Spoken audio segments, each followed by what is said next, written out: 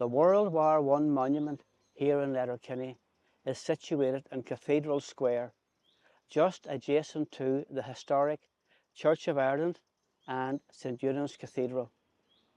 The monument consists of two hands joined in prayer. A very simple monument and dedicated to the memory of all those who served and died in World War I from 1914 to 1918 from the Letterkenny area. The monument was commissioned by the Letterkenny Community Heritage Group. When the war started in 1914, there were loads of recruitment meetings held throughout the county. The biggest ones were held in Letterkenny and Donegal town.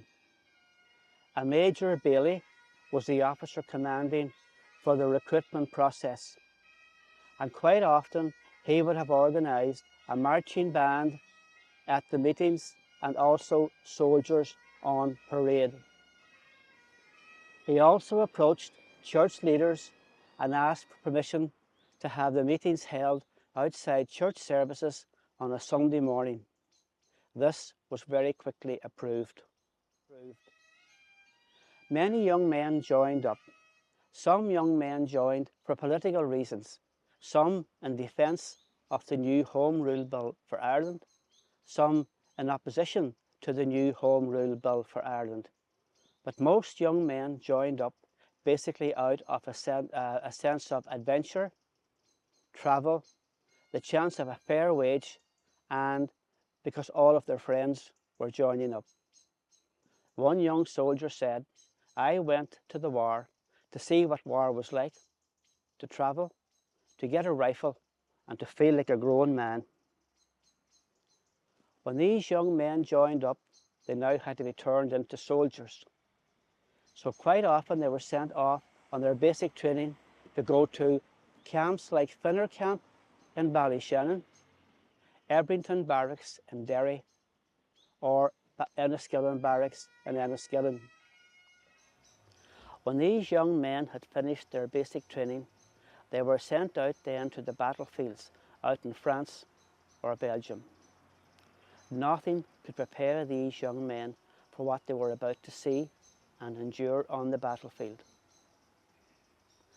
This was war on an industrial scale.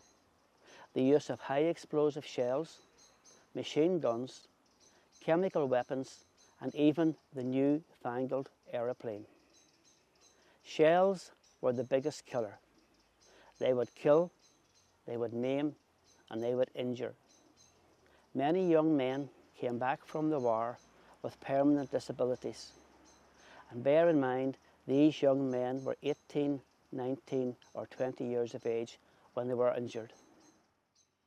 One young soldier spoke about being under shell fire, and he said, "I was standing in a trench with two of my friends, and a shell landed nearby.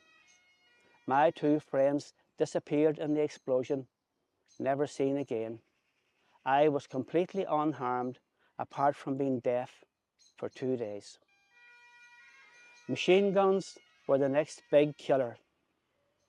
Many, many times, thousands of young men lost their lives going over the top, out of the trenches, ordered to walk straight across no man's land at walking pace, straight towards the German lines, straight towards German machine guns, resulting in the countless thousands who lost their lives in what was often a pointless attack.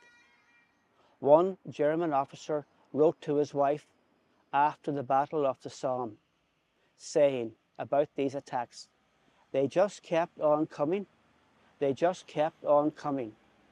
Our machine guns mowed them down, our machine guns ran red hot." Another awful weapon used against the soldiers was gas, mustard gas or chlorine gas. Mustard gas and chlorine gas were very, very nasty weapons. They melted the soldiers' lungs, they blinded them, and they caused severe burns to their skin. Another thing the men had to put up with, which was very, very offensive, was the environment in which they were living. They were living in filth, living in mud, living in constant wet clothes, wet boots. They were living with rats all around them who thrived on the bodies decomposing out in no man's land, and that quite often their bodies were covered in lice from the lack of hygiene. And the lice often caused a condition called trench fever, which made the soldiers very, very ill. Another thing to contend with was the awful smell. Many soldiers spoke about that after they came back for many years after the war. One of their strongest memories was the awful smell. Now, while all this was happening out in France and Belgium in the trenches, a little bit of the war came to Letterkenny. Belgian civilians were being evacuated out of Belgium because of the abuse they suffered from German soldiers abusing them and victimising them. A group of Belgian families came to Letterkenny. They were met at the train station by the townsfolk, taken to the old vocational school on Lower Main Street, where they had a hot meal, and then they were accommodated in the new council houses out at Ballymacool for the duration of the war. Women also played a major role in the war. Many women were encouraged to gather the moss from the bogs and fields of Donegal. The moss was sent out to the front line to be used in the treatment of wounds on the battlefield. Also, women had to take up the slack for the absence of men from the workplace, especially on farms and personal businesses and anywhere else that they were short of men. Many young women became nurses, and some of them volunteered to go to work in the south of England in hospitals that were treating soldiers from the battlefield. One young Irish nurse spoke about working in one of these hospitals, and she was asked one day to change the dressing of a young soldier who had a bad facial injury from shell fire. When she was removing the dressing, she had to make a quick excuse to leave the room as she felt very faint, as the wound was so horrendous, and she didn't want to faint in front of him, causing him further embarrassment. One family who paid a very, very high price during the war was the Doherty family from Sentry Hill, not far from where the monument sits. This was a family that sent 4 sons off to the war to serve. 3 of those sons were killed in action. 1 son returned, having been very badly injured himself. It's hard to imagine the grief that this family went through, and it's hard to imagine the pain this widowed mother went through with the loss of 3 of her sons, Daniel, James and John. The son who survived and came back to the war was called William.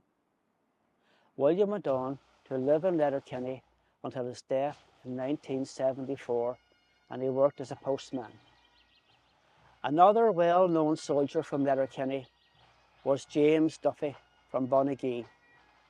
James served as a stretcher bearer out in Palestine, and in 1917, under attack, he ventured out into no man's land and rescued 2 young soldiers, bringing them back to an aid station, thereby saving their lives. Because of his action under fire, he was awarded the Ultimate Bravery Award in the military, the Victoria Cross. As the war progressed and some soldiers began to return home, they carried a lot of trauma with them. Many never spoke of the war for the rest of their life. One Dublin woman spoke about her husband coming back from the war for the last time. And she said, "My husband came back from the war for the last time, still dressed in uniform. He came into the house, he didn't speak to anyone, he went straight upstairs, got changed into ordinary clothes, came back downstairs carrying his army uniform.